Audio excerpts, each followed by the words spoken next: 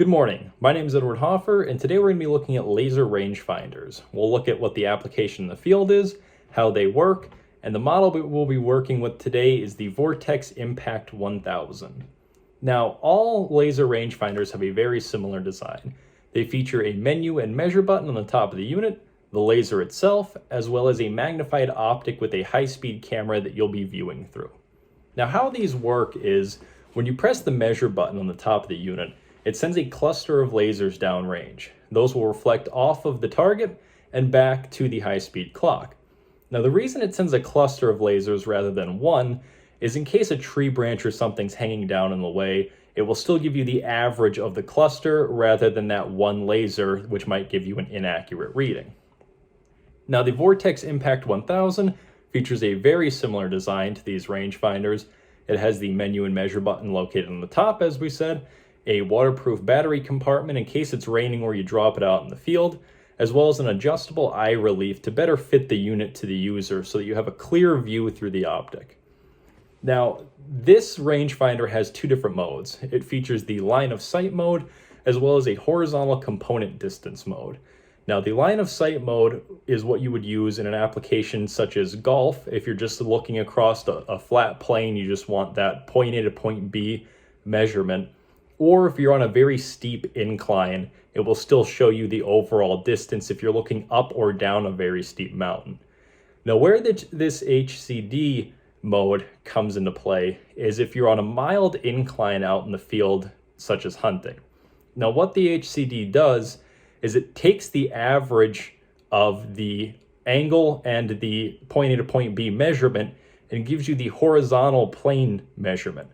Now, that's very important in a hunting application because gravity only affects a projectile across that horizontal plane.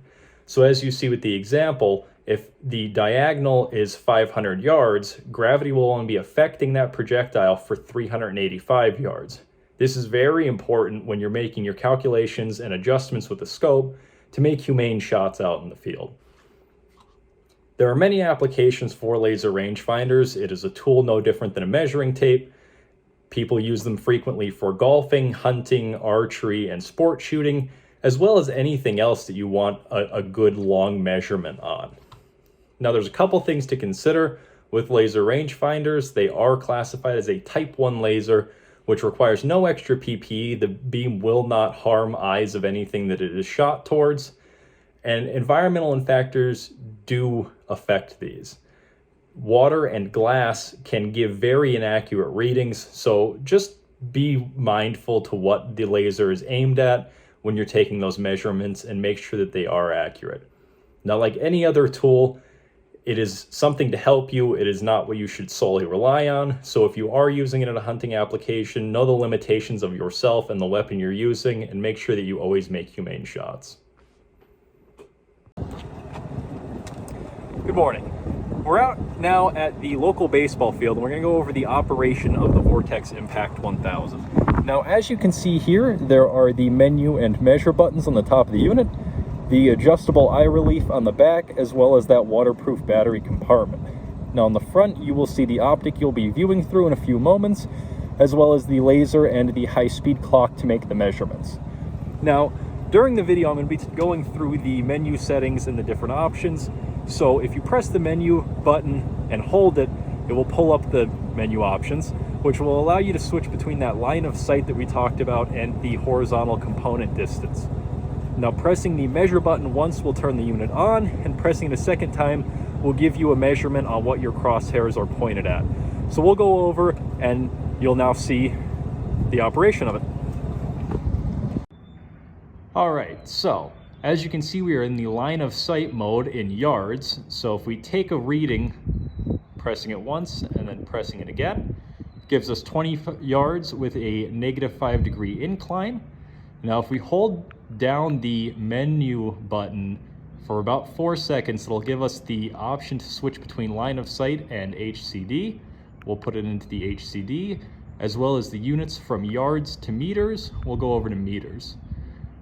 Now, if you hold down that menu button for about 4 seconds, it will save those settings. And as you can see, we are now in HCD mode, measuring in meters, which will give us that horizontal distance. So we are 28 meters from the target, We'll go over here.